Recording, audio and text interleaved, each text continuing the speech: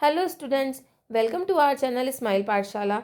आज हम आपके लिए इस वीडियो में कक्षा 8 की अर्धवार्षिक परीक्षा 2025-26 का पेपर लेकर के आए हैं। हम गणित विषय का पेपर लेकर के आए हैं। इसके हम सोल्यूशन डिस्कस करेंगे इस पेपर में। तो देखिए, स्टार्ट करते हैं। पहला प्रश्न है 2x - 3 = 7 में x का मान क्या होगा। 2x - 3 = 7 में x का मान 5 होगा। ब लिख देंगे उत्तर। चार भुजाओं से घिरी समतलीय आकृति को कहते हैं चतुर्भुज कहते हैं। स उत्तर लिख देंगे इसका। 3 डिग्री का मान होता है। 3 डिग्री का मान क्या हो 3 डिग्री नहीं है ये, 3 की घात 0 है। 3 की घात 0 का मान क्या होता है। हमसे पूछा जाए तो हम 1 लिखेंगे। किसी भी संख्या की घात अगर 0 हो तो उसका मान 1 होता है। उत्तर से आ जाएगा। अगला देखिए, x² - 4² का सही मान। तो ये क्वेश्चन गलत है। 4 की जगह अगर y होता तो इसका उत्तर ब होता। x² - y² का सही मान क्या होता। x + y और x - y कोष्ठक में ब आ जाता है इसका उत्तर। ठीक है। अगला देखिए, रिक्त स्थानों की पूर्ति कीजिए।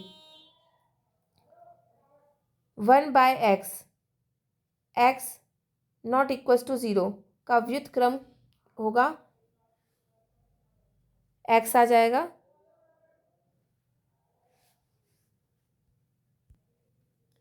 एक आयत में, अगला देखिए, एक आयत में विकर्ण डैश माप के होते हैं।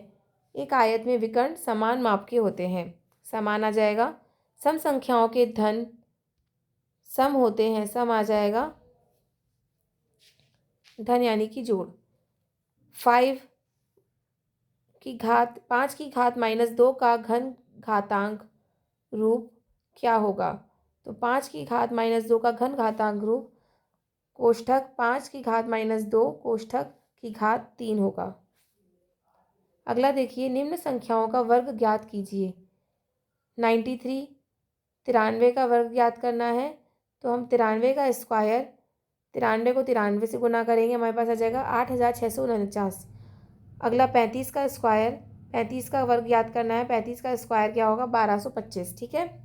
अगला देखिए, परिमेय संख्या किसे कहते हैं, परिभाषा लिखिए। उत्तर आ जाएगा, परिमेय संख्या ऐसी संख्या जिसे p/q के रूप में लिखा जा सकता हो, जहाँ p और q पूर्णांक है तथा q 0 के बराबर नहीं है, q का मान 0 नहीं होता है, उन्हें परिमेय संख्या कहते हैं। अगला देखिए, निम्न समीकरणों को हल कीजिए। पहला है x/3 + 1 = 7/15। तो हमें इसमें हल करके x का मान ज्ञात करना है। तो हम हल करेंगे। देखिए, x/3 + 1 = 7/15 या x/3 = 7/15 - 1। हम 1 को दूसरी साइड ले जाएंगे, लेफ्ट साइड से राइट साइड ले जाएंगे तो प्लस माइनस में बदल जाएगा। तो हो जाएगा 7/15 - 1। फिर हम जो दोनों के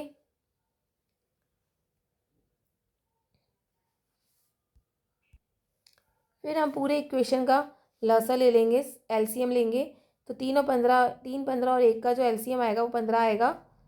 फिर हम उससे इसको सॉल्व करेंगे तो यहाँ पर 5x = 7 - 15/15 हो जाएगा। तो अगला स्टेप होगा हमारा 5x/15 बराबर 7 में से 15 गए तो -8/15। फिर होगा 5x = -8/15 गुना 15। 15 से 15 कट जाएगा तो x का मान आ जाएगा -8/5। ठीक है। अगला समीकरण है हमारा 2x/3 = 18।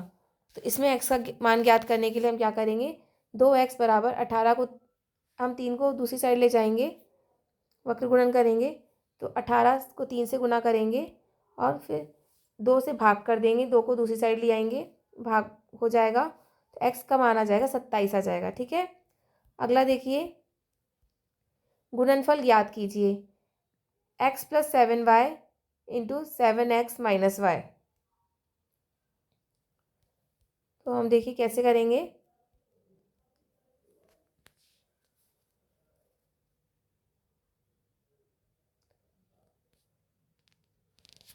हम देखिए हम क्या करेंगे, ये जो x है, ये वाला जो x है, इसको हम इस पूरे से गुना करेंगे और इस 7y को इस पूरे से गुना करेंगे पहले, ठीक है। हमने क्या किया, देखिए x into 7x minus Y, फिर बीच में प्लस का साइन है, plus 7y into 7x minus Y, ठीक है। अब हम हमारा गुणन क्या आएगा इससे, 7x square minus XY plus 7 into 7 49 XY minus 7y square. तो हमारा फाइनल समीकरण क्या बनेगा, 7x square plus 48XY minus 7y square, ये हमारा उत्तर होगा, ठीक है। अगला देखिए, अगला समीकरण है 5 minus 2x into 3 plus x। तो हम इसमें क्या करेंगे,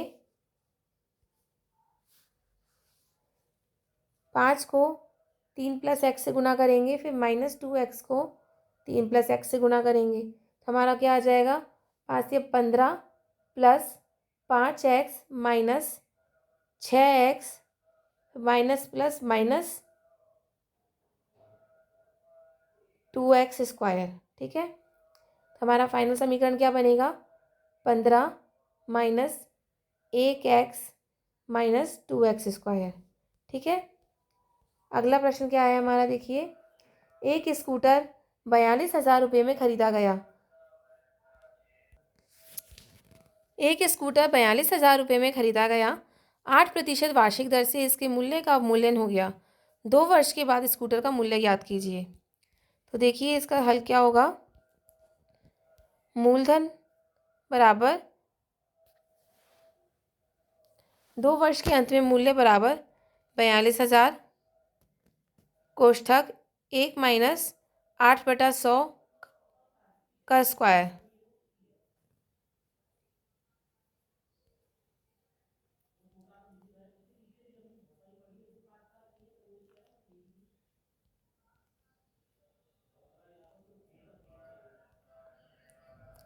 हम हल करेंगे इसको, तो हमारे पास आ जाएगा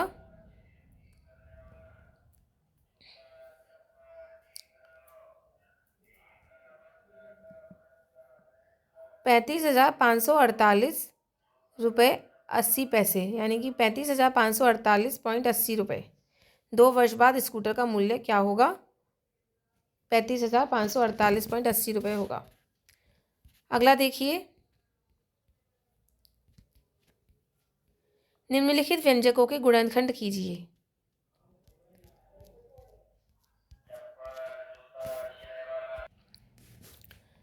पहला है हमारा 4x square minus 8x plus 4। तो इसका हल करेंगे हम, क्या आ जाएगा, 4x square minus 4x plus 4। हमने माइनस 8x को दो भागों में बांटा है। इस तरीके से बांटा है कि हम जब 8x के 2 टुकड़े करें तो जोड़ने पर माइनस का 8x आए और गुणा करने पर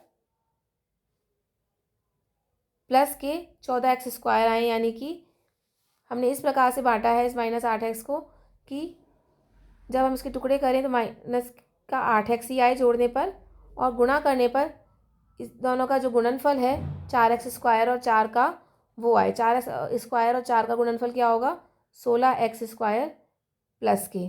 तो किस तरीके से होगा इसका, माइनस का 4x माइनस का 4x।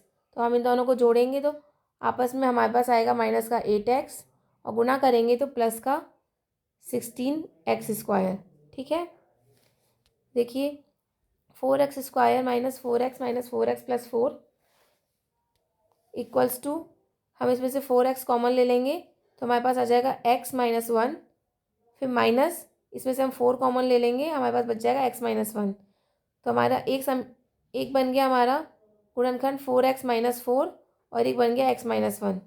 तो हम इसमें से अब 4 कॉमन ले लेंगे, x-1 आ जाएगा। तो हमारा उत्तर क्या होगा? 4x-1 x-1। ठीक है। अगला है हमारा व्यंजक p² - 10p + 25। तो हम -10p के इस प्रकार से गुणनखंड करेंगे, इस प्रकार से टुकड़े करेंगे कि हम जब जोड़ें तो माइनस का 10p आए और जब गुणा करें तो प्लस के 25p² आए। तो क्या होगा? -5p - 5p। हमारा नेक्स्ट स्टेप लिखेंगे हम p² - 5p - 5p + 25। तो हम इसमें से p कॉमन ले लेंगे, हमारे पास बच जाएगा p-5। इसमें से हम माइनस का 5 कॉमन ले लेंगे तो हमारे पास बच जाएगा p-5। तो हमारा अगला स्टेप हो जाएगा p-5, दोनों में से कॉमन आ गया और ये p-5। ठीक है। p-5 का स्क्वायर हमारा उत्तर होगा। अगला है मान ज्ञात कीजिए। 3 की घात 0 + 4 की घात -1 गुना 2 का स्क्वायर। तो 3 की घात 0 का मतलब 1 प्लस 4 की घात -1 का मतलब 1/4 गुना 2 स्क्वायर मतलब कि 4। तो हम इसको हल करेंगे तो हमारे पास आ जाएगा 5। ठीक है। अगला देखिए 4m + 5m। एक मिनट। अगला है 4m + 5m × 2 5m + 4m का स्क्वायर। देखिए हल करेंगे, क्या आ जाएगा? 4m + 5m यानी कि प्लस करेंगे 9m × 2 × 5m + 4m 9m का स्क्वायर।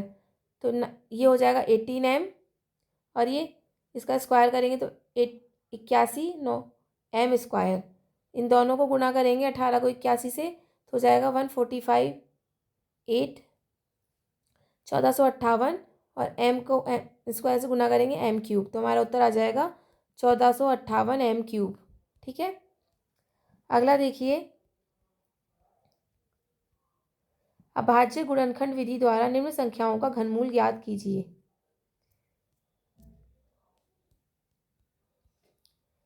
10,648 का हमें घनमूल ज्ञात करना है।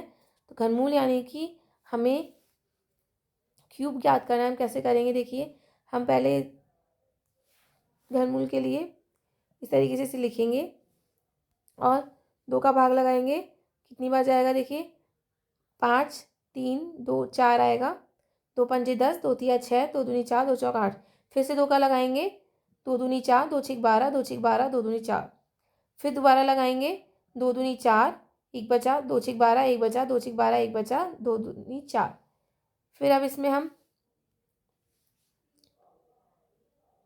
11 का भाग लगाएंगे, क्या आ जाएगा? 11 एकम 11। फिर से हम 2 का भाग लगाएंगे तो हमारे पास आएगा 2 एकम 2, 2 तिया 6, 2 तिया 6, 2 एकम 2। ठीक है। फिर हम 11 का भाग लगाएंगे, ये देखिए 2 का घन बन गया है। अब हम 11 का भाग लगाएंगे, 11 कम 11, 2 बचे, 11 दूनी 22, 2 बचे, 11 एकम 11। ठीक है, 1 बचा। फिर हम 11 का भाग लगाएंगे, 11 आ जाएगा। फिर 11 का भाग लगाएंगे, 1 आ जाएगा। तो हम इसे तब तक भाग लगाते हैं जब तक कि नीचे हमारे पास 1 नहीं आता भाग। ठीक है। ये 11 का बन गया है, 2 × 11 घनमूल क्या हो जाएगा? 22। ठीक है। अब हमें निकालना है 91,125 का। तो इसी विधि से हम निकालेंगे। हम पहले इसमें 3 का भाग लगाएंगे, जब तक 3 का भाग इसमें जा सकता है हम 3 का भाग लगाएंगे। तो देखिए इसमें 3 का भाग गया है, 6 बार 3 का भाग गया है, हमने लगाया। फिर इसमें अब नहीं जा सकता, हम इसमें 5 का भाग लगाएंगे।